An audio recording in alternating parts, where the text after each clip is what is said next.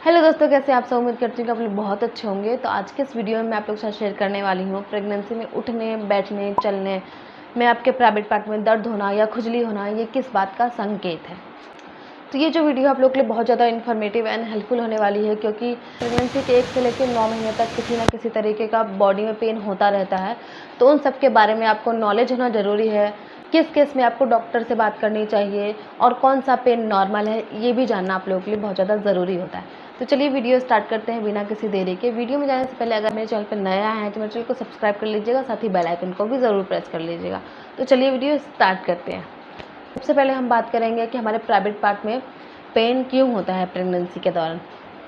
Private part में pen के बहुत सारे रीज़न्स हो सकते हैं, जैसे कि आप ड्यूरिंग प्रेगनेंसी अगर आप रिलेशन बनाते हैं जिसकी वजह से भी आपके प्राइवेट पार्ट में पेन हो सकता है। साथ ही अगर आप उकड़ू पोजीशन में बैठते हैं या फिर आप ज़मीन पे बैठते हैं या फिर आप बहुत देर से बैठे हुए हैं या फिर आप इंडियन टॉयलेट का यूज़ करते हैं, तो इस पोजीशन की वजह से भी हमारे प्राइवेट पार्ट पे बहुत ज़्यादा प्रेशर पड़ता है, इसकी वजह से हमारे प्राइवेट पार्ट में पेन हो सकता है।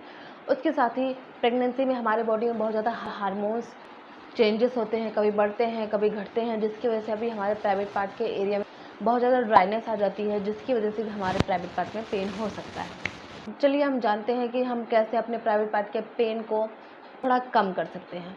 तो सबसे कुछ बातों का ध्यान रखना होगा उसके लिए। जैसे कि आप बैठते हैं तो हमें एकदम झटके से बैठ जाते हैं, जिसकी वजह से हमारे प्राइवेट पार्ट में प्रेशर पड़ता है, जिसकी वजह से वहाँ पे हमको पेन होने लग जाता है।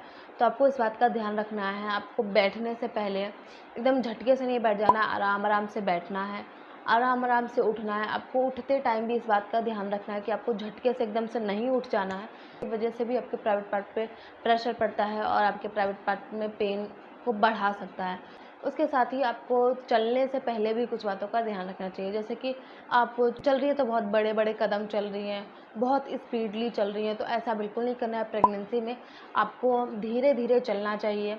इसकी वजह से भी हमारे प्राइवेट पार्ट पे भी प्रेशर पड़ता है, जिसकी वजह से हमारे प्राइवेट पार्ट में पेन हो सकता है।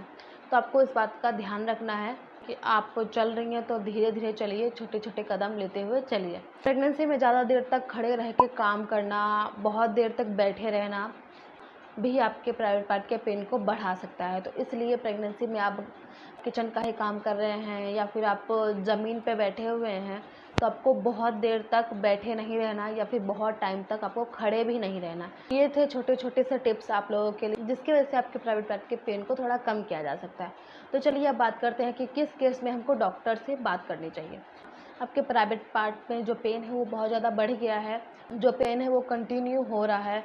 उसके साथ ही आपके प्राइवेट पार्ट के एरिया में आपको बहुत ज़्यादा रैशेस हो गए हैं, बहुत ज़्यादा इचिंग हो रही है आपको, तो इस केस में आपको अपने डॉक्टर से बात करनी चाहिए। ये एक वर्जाइनल इन्फेक्शन का संकेत देती है, तो इस केस में आपको तुरंत अपने डॉक्टर से बात करनी चाहिए। तो यही थी मेरी आज की वीडियो। आई होप आप लोगों को ये वीडियो अच्छी लगी होगी। इसमें मैंने छोटी छोटी बातें आप लोगों को बताई है, जिसको आपको इग्नोर बिल्कुल नहीं करना है और आपको इस सारे टिप्स को फॉलो करना है, ताकि आपके प्राइवेट पार्ट में जो पेन है वो ना हो। तो यही थी मेरी आज की वीडियो। आई होप आप लोगों को अच्छी लगी होगी। अच्छी लगी तो इस वीडियो को लाइक ज़रूर कीजिएगा, मेरे चैनल को सब्सक्राइब जरूर कीजिएगा और इस वीडियो को अपने फ्रेंड्स एंड फैमिली के साथ शेयर करना बिल्कुल मत भूलिएगा। चलिए मिलते हैं अपने नेक्स्ट वीडियो में, तब तक के लिए बाय बाय।